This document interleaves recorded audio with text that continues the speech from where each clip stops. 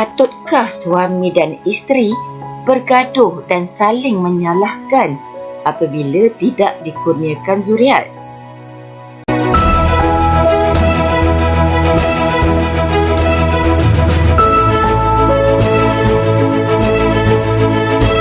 Assalamualaikum dan selamat sejahtera. Dalam video kali ini kita akan belajar subtopik 4.6 kemandulan dan pencegahan kehamilan. Kita mulakan dengan kemandulan. Kemandulan ialah ketidakupayaan seseorang untuk melahirkan anak. Apabila pasangan suami isteri tidak berupaya untuk memperoleh zuriat, suami atau isteri atau kedua-duanya mungkin mandul. Sekarang kita akan lihat apakah punca kemandulan lelaki dan wanita. Punca kemandulan lelaki dan punca kemandulan wanita mungkin disebabkan hormon tidak seimbang, organ seks cacat atau dijangkiti penyakit, masalah kesihatan seperti kencing manis. Punca kemandulan wanita sahaja ialah ovari tidak dapat menghasilkan ovum, tiub falopio tersumbat, uterus atau rahim yang tidak normal, dan ketumbuhan dalam uterus. Punca kemandulan daripada pihak lelaki pula, testis tidak menghasilkan sperma, bilangan sperma tidak mencukupi, kualiti sperma rendah, dan mati pucuk. Seterusnya kita lihat apakah kaedah-kaedah mengatasi kemandulan. Yang pertama ialah rawatan hormon. Yang kedua pembedahan. Yang ketiga kaedah persenyawaan in vitro atau in vitro fertilization. Sekarang kita akan lihat dengan lebih lanjut satu persatu. Yang pertama ialah rawatan hormon. Rawatan ini sesuai bagi individu yang mengalami masalah ketidakseimbangan hormon. Yang kedua ialah pembedahan. Pembedahan dilakukan terhadap wanita yang mengalami masalah tiub falopio tersumbat atau lelaki yang mengalami masalah saluran ductus sperma tersumbat.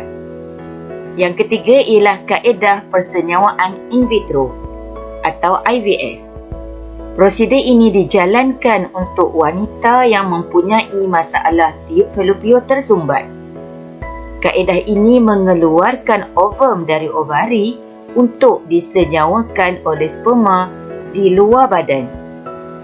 Embryo yang terbentuk akan dimasukkan kembali ke dalam uterus wanita. Di sini pelajar boleh lihat persenyawaan di antara sperma dan ovum di luar badan wanita. Ini ialah sperma yang dimasukkan ke dalam ovum dan persenyawaan di antara sperma dan ovum akan berlaku. Baiklah, seterusnya kita akan lihat apakah kaedah-kaedah pencegahan kehamilan. Yang pertama ialah pil pencegah hamil. Yang kedua implan. Yang ketiga penggunaan kondom. Yang keempat alat kontraseptif dalam uterus atau rahim. Ianya dikenali juga sebagai intrauterine contraceptive device iaitu IUCD. Yang kelima ialah vasektomi. Dan yang keenam ligasi. Kita akan lihat satu persatu dimulai dengan pil pencegah hamil. Pil pencegah hamil menghalang proses pengovulan. Pengovulan ialah proses di mana ovum dibebaskan dari ovari. Yang kedua ialah implan. Penggunaan implan merembeskan hormon yang menghalang ovari daripada menghasilkan ovum. Ini ialah implan. Implan dimasukkan pada bahagian kulit bawah lengan. Yang ketiga ialah penggunaan kondom. Kondom dipakai pada zakar lelaki sebelum persetubuhan dilakukan bagi menghalang sperma daripada memasuki faraj semasa ejakulasi. Yang keempat ialah alat kontraseptif dalam uterus. alat kontraseptif dimasukkan ke dalam uterus wanita bagi mengelakkan penempelan ovum yang telah disenyawakan.